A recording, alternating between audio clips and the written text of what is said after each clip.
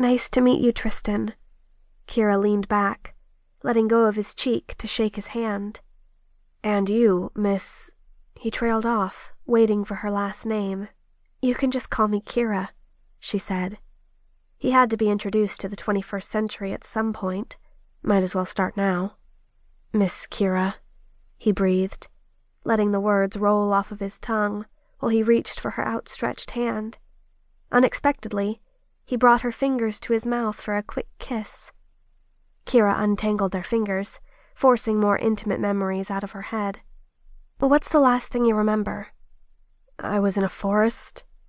Men were screaming all around me. I was wounded. The pain in my leg was worse than any other I've felt. I was a foot soldier in the Confederate Army, and the Union had just delivered us a harsh blow.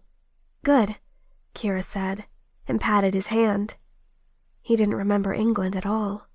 Kira silently thanked her good luck for that. The thing is, Tristan, I have a sort of crazy story to tell you, and I need you to just sit there, listen, and try to take it all in. Can you do that? Of course, miss, he responded, before lifting his hand closer to his face. He tugged at the wire stuck to his wrist, the one monitoring his pulse.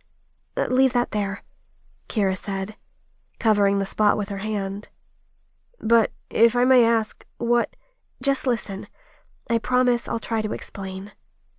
Tristan nodded and set his hand back down on the bed. His movements were slow and seemed slightly disconnected from his brain, letting Kira know this calm mood would probably only last until his meds wore off.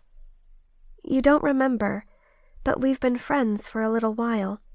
Good friends. I know a lot about you, and I know how you came to be here, in the hospital. But Tristan, I have to tell you something that will seem a little scary. Kira squeezed his hand, trying to provide an ounce of comfort. We're in the future. The Civil War happened 150 years ago, and... Tristan jerked into a seated position, and the beeping of the machines grew to a frantic pace. He squeezed her shoulders, digging his fingers deep into her skin. What do you mean? He said in a harsh whisper. Tristan, please calm down. What year is it? He said, a little louder. Tristan, Kira said, trying to escape his hold. How is this possible? He shook her, hard enough to hurt, and an animalistic fear seeped into his stare. Where are my men? What did you do? Kira slapped him across the face. The sound echoed against the sterile hospital walls, and she stared at her red palm in shock. She looked up at Tristan, who looked back at her with an equal expression of surprise. I'm sorry, she said slowly. No, it is I who must be forgiven. Please, excuse my abhorrent behavior. I am just... well, I can't quite explain it. Confused, scared, lost. To treat a woman so... It's all right, she soothed, while taking his hand. I understand. I do not. How did I come to be here? Let me show you something first. Kira stood and pushed the chair aside.